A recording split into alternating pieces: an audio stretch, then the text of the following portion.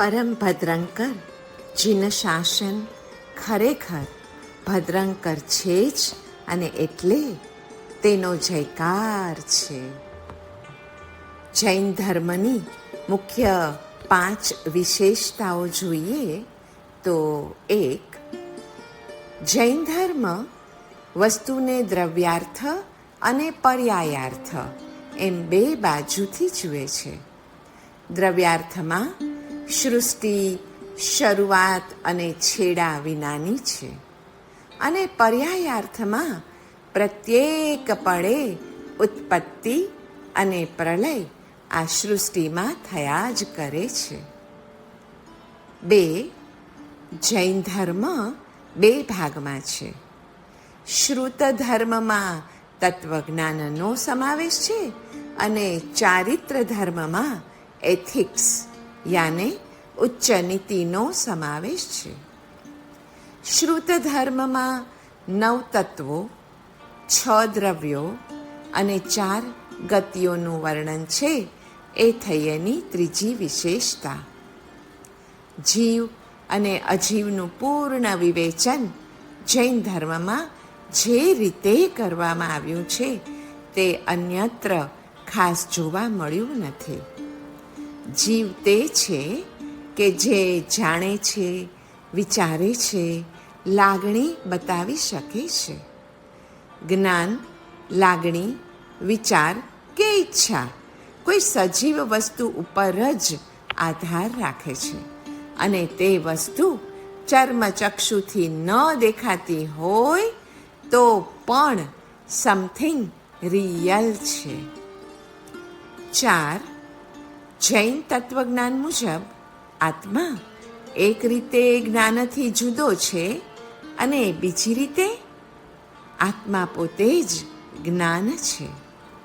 અને 5મી અંતિમ વિશેષતા, જૈન ધર્મ મુજબ પુનર્જન્મને આધીન એવો જીવાત્મા વિકાસ અને પતનને પણ આધીન છે.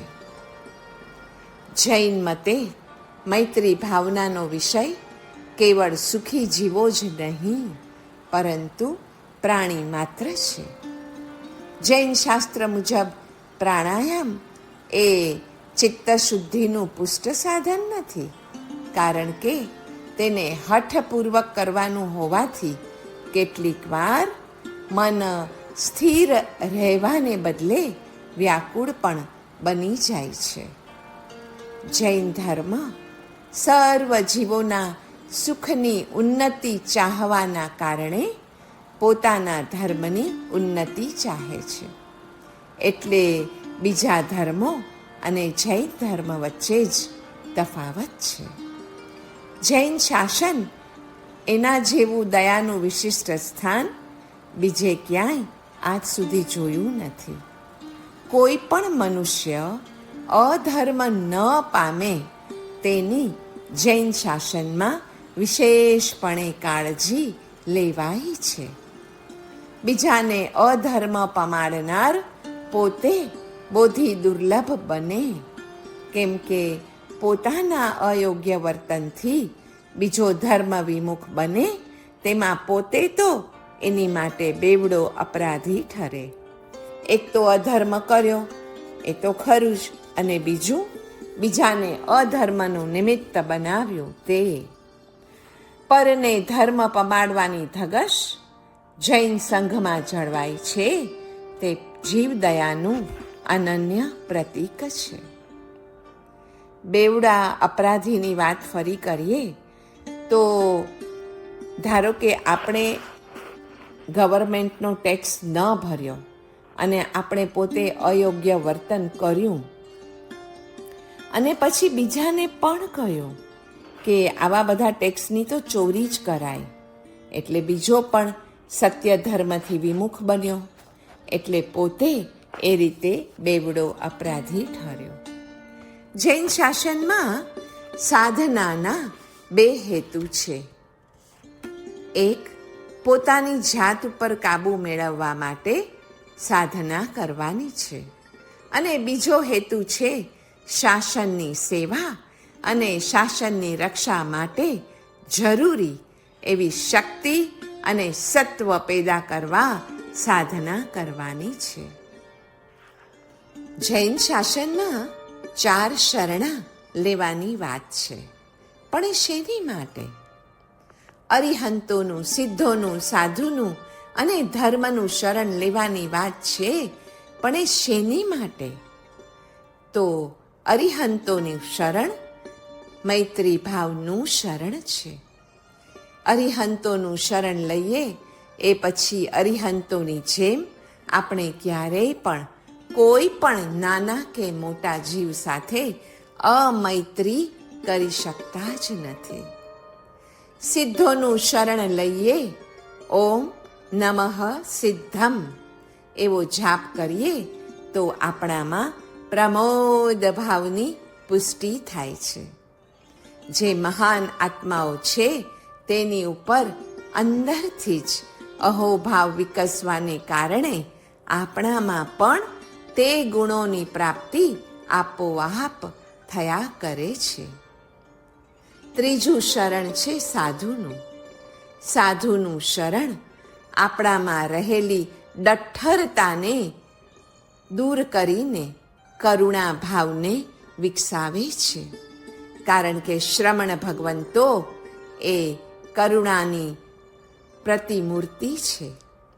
અને ચતુર્થ એવું ધર્મનું શરણ આપણી અંદર માધ્યસ્થ્ય ભાવને વિકસાવે છે. ધર્મનું શરણ લઈએ પછી આપણે તટસ્થ રહી શકીએ છીએ. આમ મૈત્રી, પ્રમોદ, કરુણા અને માધ્યસ્થ ભાવના એ અરિહંતો, સિદ્ધો, સાધુ અને ધર્મના શરણથી વિકસાવી શકાય છે. જૈન શાસનની સ્થાપના કરનાર અરિહંત પરમાત્માઓ કહે છે કે મનની એકાગ્રતા કેળવવા માટે અહમની જરૂર છે, પણ મનની નિર્મળતા કેળવવા માટે તો સર્વની જરૂર છે. અને એ સર્વમાં આપણી દ્રષ્ટિ જાય, આપણી કરુણા ફેલાય, એના માટે અરહમની જરૂર છે. અહમ સાધક પણ છે અને બાધક પણ છે. આપણને એમ થાય કે અહમ તો કાઢવાનો જ છે, પરંતુ જ્યારે મનની એકાગ્રતા કેળવવી હોય છે ત્યારે અહમ સાધનામાં સહાયરૂપ પણ બનતો હોય છે. જૈન શાસનમાં નિયાણું કરવાનું કે નિયાણ બંધનનો નિષેધ છે. એનો અર્થ એ છે કે સ્વસુખની આકાંક્ષાનો નિષેધ છે.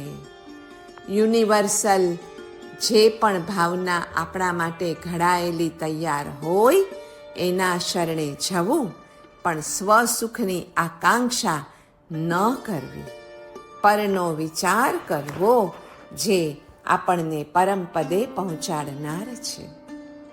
જૈન ધર્મની વિશાળતાની તો વાત જ શી કરવી.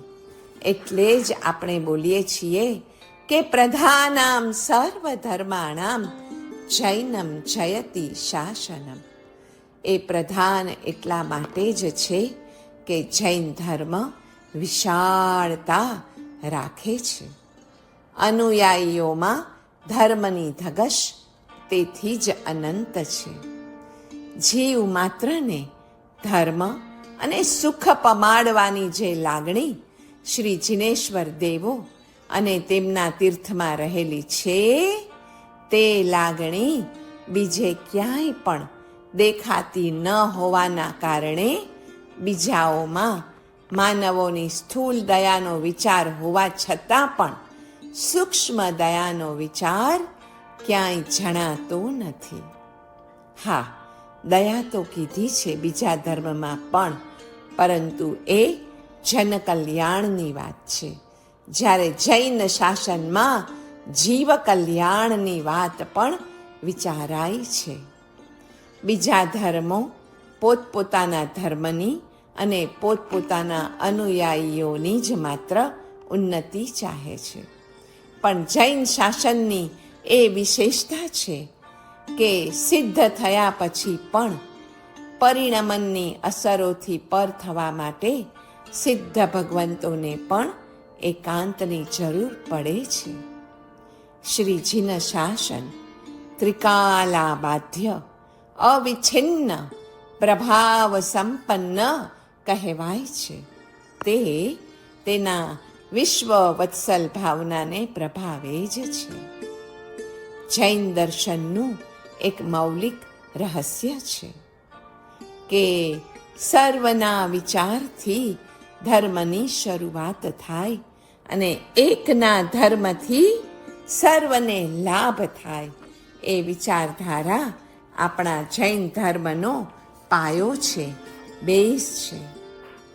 વિશ્વની વ્યવસ્થા અબાધિતપણે ત્રણેય કાળ અવિચ્છિન્ન રીતે ચાલી રહી છે, તે શ્રીજીના શાસનના પ્રભાવે છે.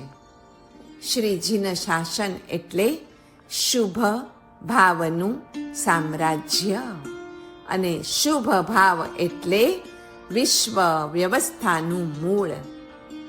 ધેરફોર શ્રીજીનું શાસન ઇઝ કોસ્મિક ઓર્ડર. જૈનની બે માત્રા એટલે જીન ભક્તિ અને જીવ મૈત્રી. જીન ભક્તિ તથા જીવ મૈત્રી એ ભાષા નથી, હા, એ ભાવ છે. તે આત્માથી જીવાતું શીલ છે. ગુણવાન પુરુષો તેના સંપર્કમાં આવવાથી ગુણ કરે જ. મારામાં રહેલો ગુણ જો અન્યને ગુણ ન કરે તો મારામાં રહેલા ગુણનું ગુણત્વ રહેતું જ નથી.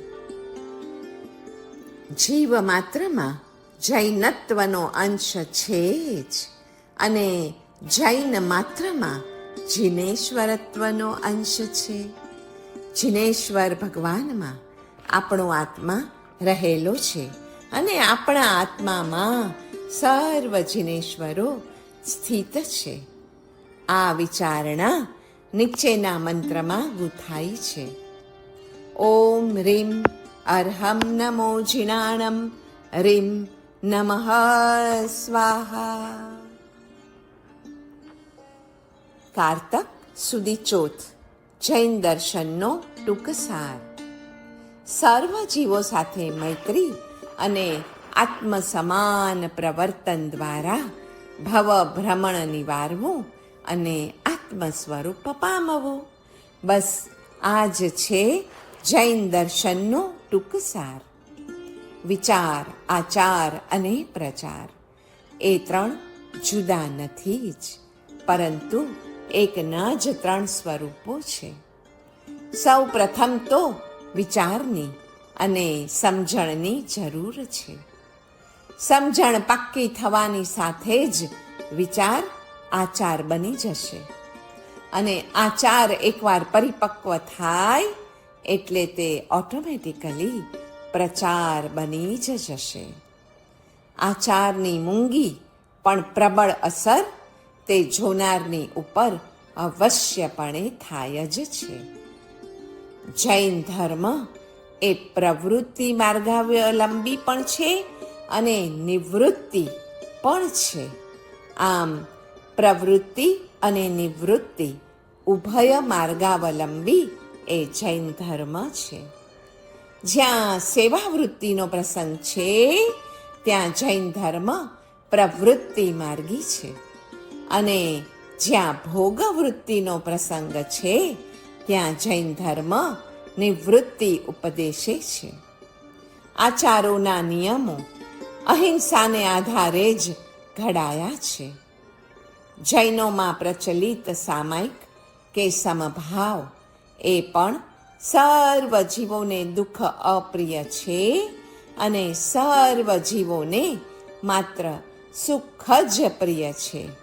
માટે સૌને એક સમાન માનીને કોઈ પણ જીવની હિંસા ન કરવી એ જૈનોમાં પ્રચલિત સામાયિક કે સમભાવ છે. સમયા સવ્વ ભુવેસુ સત્તુ મિત્તેસુ વાચગે. સર્વ જીવ એટલે માત્ર માનવ જ નહીં, પણ કીટ પતંગથી માંડીને માનવ એક કેન્દ્રીય જીવથી માંડીને પંચેન્દ્રિય જીવ પણ તેમાં સમાવિષ્ટ છે. સત્તાએ કરી અર્થાત પોટેન્શિયલી સર્વ સમાન છે. સત્તુ મિત્તેસુ વા જગે. માત્ર ચેતનાના વિકાસની દ્રષ્ટિએ જ જીવોમાં ભેદ છે. એ રીતે જૈન દર્શન તે ખરી રીતે આત્મદર્શન છે. તેમાં આત્મપ્રેમની વાત જ મુખ્યપણે છે. પરમાત્મા ભાવ પામવો છે તો આ રહ્યો એ પામવાનો સાચો સરળ માર્ગ. જૈન ધર્મ પરમાત્માને પૂર્ણ અને શુદ્ધ જ્ઞાનમય એવો પરમ આત્મભાવને પામેલા માને છે અને જગતને વિશ્વના તત્વનો પ્રકાશ કરીને પરમાત્મા ભાવ પામવાનો સાચો માર્ગ બતાવે છે. જે બહિરાત્મ ભાવમાંથી નીકળીને અંતરાત્મ ભાવમાં આવવું અને અંતરાત્મ ભાવમાં સ્થિર થઈને પછી પરમાત્મા ભાવનું આત્મામાં ભાવન કરવું અને એ માટે તપ, ત્યાગ, સંયમ, મૈત્રી આદિની સાધનામાં નિમગ્ન રહેવું. પરમ ઉપકારી તરીકે હૃદયમાં પરમાત્માને સ્થાપન કરવા એ છે પરમાત્મા ભાવ પામવાનો સાચો ને સરળ માર્ગ. શ્રીજીના શાસનમાં ધર્મને જ બ્રહ્મ, પ્રભુ કે સત્ય કહેવાયું છે. ધર્મમાં એ ત્રણે કાર્ય રૂપે તથા કારણ રૂપે પણ ઘટે છે. નમસ્કાર મહામંત્ર એ જીન શાસનનો સાર છે અને 14 પૂર્વરૂપી શ્રુત જ્ઞાનનો ઉદ્ધાર છે. એનો અર્થ એ છે કે જીન શાસનના સમગ્ર શ્રુતમાં જીવોનું તથા કર્મોનું જે સ્વરૂપ, તેના બંધ, મોક્ષ તથા તેના હેતુઓનો જે વિસ્તારપૂર્વકનો વિચાર છે એ તત્વજ્ઞાનનો સાર એક જ નીકળે છે કે સર્વ પ્રકારના દોષોમાં અપરાધી તો પોતે કરેલું કર્મ જ છે. જીવોની એ અવસ્થામાં અપરાધ ન થાય એ અશક્ય છે. તેનાથી પાછા ફરવા માટે વારંવાર અપરાધની ક્ષમાપના જરૂરી છે અને એ ક્ષમાપના અરિહંતો, સિદ્ધો, આચાર્યો, ઉપાધ્યાયો અને સર્વ સાધુઓને નમસ્કાર કરવાથી, તેમના ગુણોને નમવાથી એ અપરાધની ક્ષમાપના થતી હોવાથી જ નમસ્કાર મહામંત્ર પ્રતિપળ જાપ કરવાનો કહ્યો છે કે જેનાથી પૂર્વના અનંત જન્મોના પાપ ભડ બળીને તેનો નાશ થઈ જાય. જીન શાસનનું તત્વજ્ઞાન શીખવે છે કે જીવોને નહીં પણ કર્મને અપરાધી માનવા. તત્વજ્ઞાનનો સાર ખમવું અને ખમાવવું, ક્ષમા માંગવી અને ક્ષમા આપવી તે છે. અને આ 4 માત્રનો સાર છે ક્ષમવું અને ક્ષમાવવું. કોઈની ઉપર ક્રોધ આવે ત્યારે ક્ષમને મેળવી લેવો અને કોઈ ગુસ્સો કરતો હોય ત્યારે તે શમી જાય તેવા વચનો કહેવા, તેવું આચરણ કરવું. એ છે આ 4 માત્રનો સાર. દુષ્કૃતોને ગરહા કરવી અને સુકૃતોને અનુમોદવા એ શ્રી જીન શાસનના તત્વજ્ઞાનનો નિચોડ છે.